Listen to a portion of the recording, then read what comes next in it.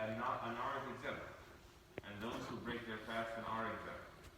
So basically, if I have broken my fast, how do I make up for it? This is going to have to go into two categories. This is how you want to think about it. Were you excused for breaking your fast from the list that we talked about? Or were you not excused for breaking your fast? Tonight we'll talk about this one.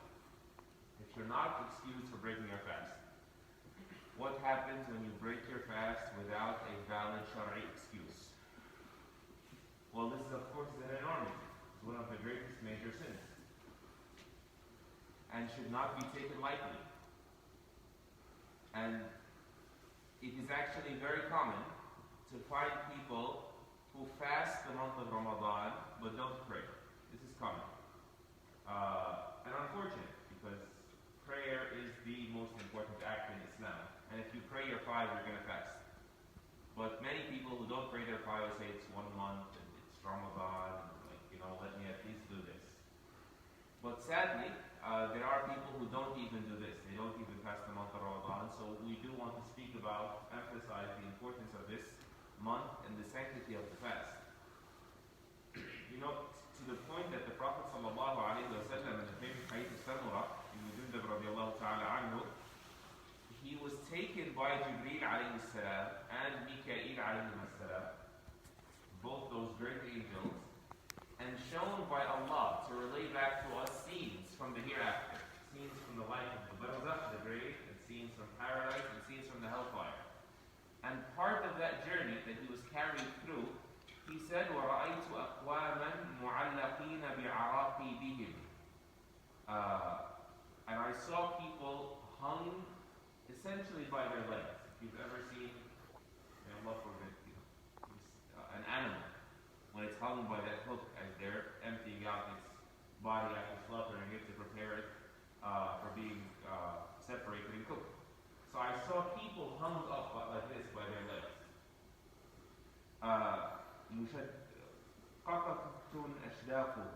That their cheeks were slit all the way to the back. Their mouths were gashed open to the back.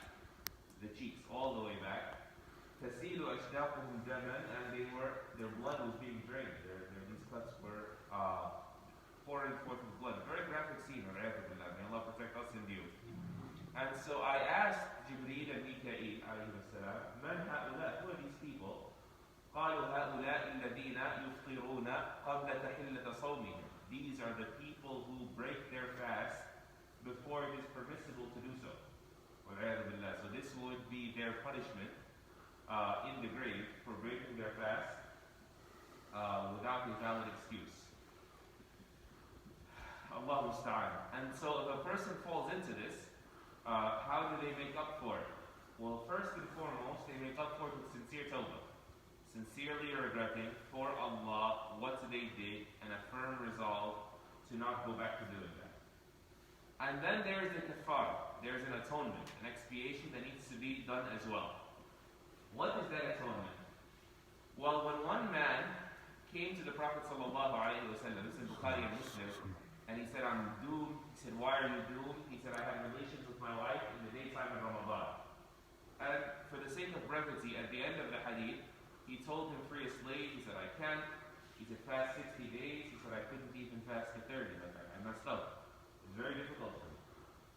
And he said, then feed 64 people. He said, I don't have anything to feed them with. I'm poor.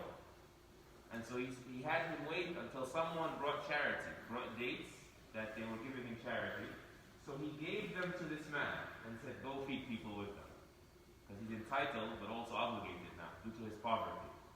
And so he said, Ya Rasulullah, وَعَلَى أَهْلِ بَيْتٍ وَهَلْ بَيْنَنَا بَتَيْهَا أَهْلُ بَيْتٍ أَكْثَرَ مِنَّا Is there between the two lava fields, basically the two borders of Medina, any family that is more deserving of food than us? Like we are the poorest family in Medina. Shouldn't we be receiving this? فضحك النبي صلى الله عليه وسلم حتى بدت نواجذه and so the Prophet عليه الصلاة والسلام smiled so hard that his hind teeth showed out of amusement, and he said, أطعمه أهلك, fine, feed it to your family. And so this is the atonement. Previously, the captive, that's not available for obvious reasons now. Then fasting 60 days, and only if you cannot, and feeding 64 people. Feeding them a meal. Or half a saw to a saw, 1 to 2 to 3 kilograms of dates would work as well. So that is if you break your fast, or is that if you break your fast due to marital relations? The scholars differ. The Hanafis, and if I'm not mistaken, the Malikis as well, they say this is the punishment or the expiation for violating the sanctity of the fast. So however you violate it, you got to do that. The Shafi'is and Hanbalis say no, this is for marital relations in the fast, not for the fast. Any other way of violating the fast, you need to repent, as we said already, and make up the day. Because the Prophet ﷺ said to the man in the hadith you heard, وَمَنِ اسْتَقَاءَ عَمْدًا فَلْيَقْضِ. The one who broke his fast, induced vomit, made himself throw up, let him make up the day. And he didn't tell him to feed 60 people or free a slave or anything. So this is a very specific, magnified punishment for marital relations only. So there is that debate there. Is this the punishment for all of them? And this guy who threw up deliberately, maybe he had an excuse. That's why they can respond and say that, right? The scholars who said it's no matter what, past 60 days. Or is this specifically for marital relations, intercourse, and anything else would require a makeup of the fast?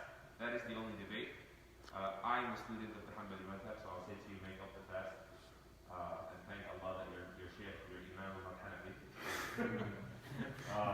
But no, in all seriousness, I only say all of this to show you the seriousness, right? The gravity of breaking a fast without due excuse, without a valid excuse. And if you do have a valid excuse, I'll show you the way to make it up. Though it's not sinful, it requires makeup tomorrow, inshallah ta'ala.